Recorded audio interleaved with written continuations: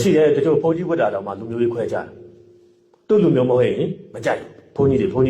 လူမျိုးရေးခွဲခြားပြောတော့ဗမာမကောင်းကြောင်းပြောတယ်ဗမာလူမျိုးဆိုရင်ခွဲခြားတယ်ဘုန်းကြီးတွေတပုံကြီးပဲဗမာလူမျိုးဗမာယဟန်ဗမာဘုန်းကြီးဆိုရင်ခွဲခြားတယ်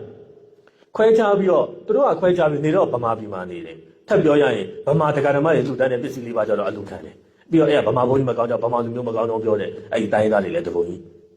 းတော်တော်ယုတ်တိမတန်တာဒီလောက်ဗမာဘုံနေလေဗမာတက္ကသိုလ်ရဲ့လှူတာမယူနဲ့လေ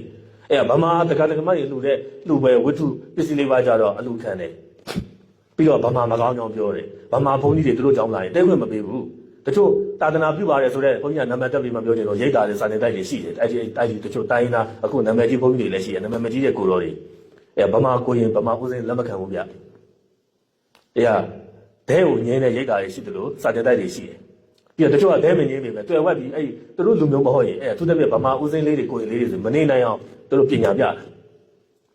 သူတို့နေတော့ဗမာပြည်မှာနေတယ်အလူခံတော့ဗမာတက္ကသိုလ်ရဲ့လူတဲ့ပစ္စည်းလေးပါနဲ့သူတို့နေတယ်ပြီးတော့ဗမာဦးစင်းတွေကိုရင်တွေကိုနှိပ်ကွတာဗျအဲ့လိုတိုင်းရင်းသားဦးစင်းတွေတိုင်းရင်းသားဆရာတော်တွေအများကြီးပဲနာမည်တက်ပြီးတော့ပြောချင်ပေမဲ့မပြောပါဘူးနာမည်တော့မတက်တော့ဘူးနော်ဘယ်တိုင်းသားလို့လဲနာမည်မတက်ချင်တော့တိုင်းသားတော်တော်များများထဲမှာအဓိကတော့၄မျိုးလောက်ရှိတယ်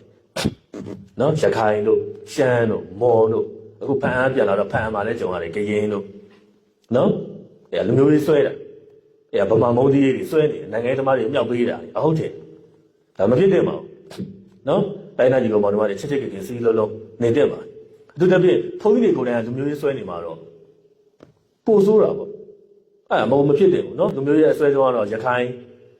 ပြီးတော့ရှမ်းမော်ကရင်ဒါဘုန်းကြီးသိတဲ့လောက်ပြောတာပါဒါမှကြံပါသေးတယ်ပြောရတော့အများကြီးပဲနော်ဒါအထင်ရှားဆုံးပြောပြတာသူတို့လူမျိုးသူတို့နဲ့မျိုးတူတဲ့လူမျိုးတူတဲ့ဦးစင်းကိုယုံပဲလက်ခံတာဗျ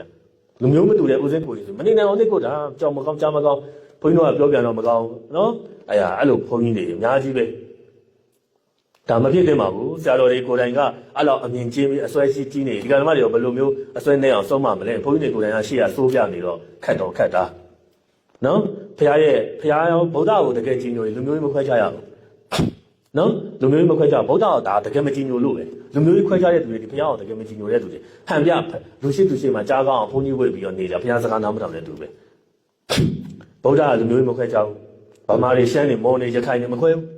းဒီအိန္ဒိယကလားတွေနေဘောတွေဘောရကားတွေလည်းမခွဲဘူးနော်ဒီအာရှသားဥရောပသားဒီအာဖရိကသားမခွဲကြဘူးတရားရဲ့အဆုံးအမတွေလက်တွေ့ကျင့်ကြံရင်ကောင်းကျိုးရမယ်လက်တွေ့မကျင့်ရင်ဆိုးကျိုးဖြစ်ဒါပဲလူမျိုးရေးခွဲခြားတာမဟုတ်ဘူးလူမျိုးရေးခွဲခြားနေလေဗုဒ္ဓရဲ့တာဝကအစ်စ်မဟုတ်ဘူးဘုရားသားတော်သမီးတော်မဟုတ်ဘူးပဲဟုတ်ပြီလားနော်အဲ့ဒါကြက်ကြက်တတိထားစေခြင်းနဲ့ဘုန်းကြီးတို့ဗမာတွေထဲမှာကောက်တဲ့ဗမာတွေအများကြီးပါတိုင်းသားတွေတော့ဘယ်လောက်ယူသားလဲတိုင်းသားလည်းယူသားမှာမဟုတ်ပဲတိုင်းသားတွေထဲမှာကောက်ကျစ်တဲ့တိုင်းသားတွေတပုံကြီးပဲအဲ့လိုပြောကြစတဲ့ဆိုမွန်တွေထဲမှာလည်းကောက်ကျစ်တဲ့သူတွေတပုံကြီးရှမ်းတွေထဲမှာတိုင်းသားတိုင်းမှာရှိတယ်ရခိုင်တွေထဲမှာလည်းရှိတာအဲ့ဒါဆိုတဲ့သူရှိတယ်မင်းတို့ရခိုင်တွေမကောင်းဘူးမင်းတို့ရှမ်းတွေမကောင်းဘူးပြောရင်ဘယ်သူမှမကြိုက်ဘူးရှမ်းတွေလည်းကြိုက်မှာမဟုတ်ရခိုင်လည်းကြိုက်မှာမဟုတ်အဲ့လိုပဲဗမာတွေထဲမှာကောင်းတဲ့သူတွေတပုံကြီးကိုစိုးတဲ့ဗမာတွေမြင်လိုက်မင်းတို့ဗမာတွေမကောင်းဘူးဗမာဘာဖြစ်တယ်ပြောတော့ကိုပြောလိုက်တာရိုးရိုးပဲကိုပြောလိုက်တဲ့စကားဒီခင်မွန်းကြီး10ပါးပြစ်မှားသူလို့ဖြစ်သွားလေဒီဆိုတော့ဘုရားကြီးလည်းဗမာစစ်စစ်ပဲဟုတ်ပြီလားမဟာစီစာတော်ဗျာဗမာစစ်စစ်တွေ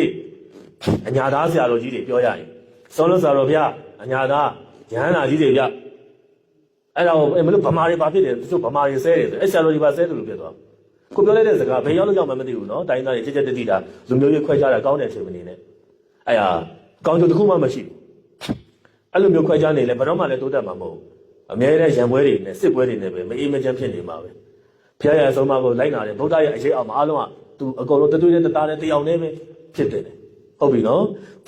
်အဲ့ဒါဗမာတွေကလည်းတိုင်းသားတွေဆိုရင်နော်ဘယ်တော့ဗမာအများစုကတိုင်းသားတွေကိုချစ်ပါတယ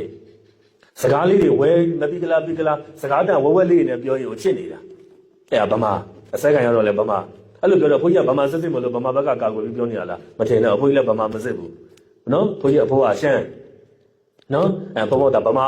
သွေးများပြီမဲ့ရှမ်းလည်းနည်းနည်းဆက်တာပဲဒါပေမဲ့လည်းအဲ့ဒီဘုန်းကြီးကောင်းလည်းမရှိဘူးရှမ်းတွေဗမာရင်မရှိဘူးနော်အကုန်လုံးကကိုယ့်လူမျိုးပဲချစ်တယ်နော်တိုင်းသားမှလည်းများချစ်တယ်စကားတန်ဝဲလေးနဲ့စကားပြောရင်ကိုချစ်တယ်ဗမာချင်းချင်းလည်းချစ်တယ်တိုင်းသားတွေလည်းချစ်ပါဘုန်းကြီးတို့ဗမာတွေကလည်းတိုင်းသားဦးစင်းလေးတွေကိုရင်လေးတွေဆရာတော်တွေစကားတန်လေးတွေဝဲလေးနဲ့ပြောရင်ကြီးညိုနေတ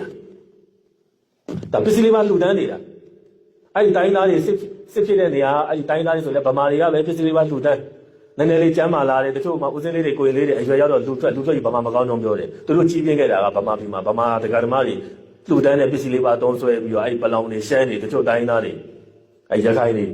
တိုင်းသားတွေအဲ့သူပြီးတော့တချို့ကဗမာပြည်မှာလာနေတယ်ကြီးအောင်နော်နည်းနည်းလေးလဲလဲဝဲဝဲဖြစ်လာတော့လူထွက်လက်နက်ကပြီးဗမာ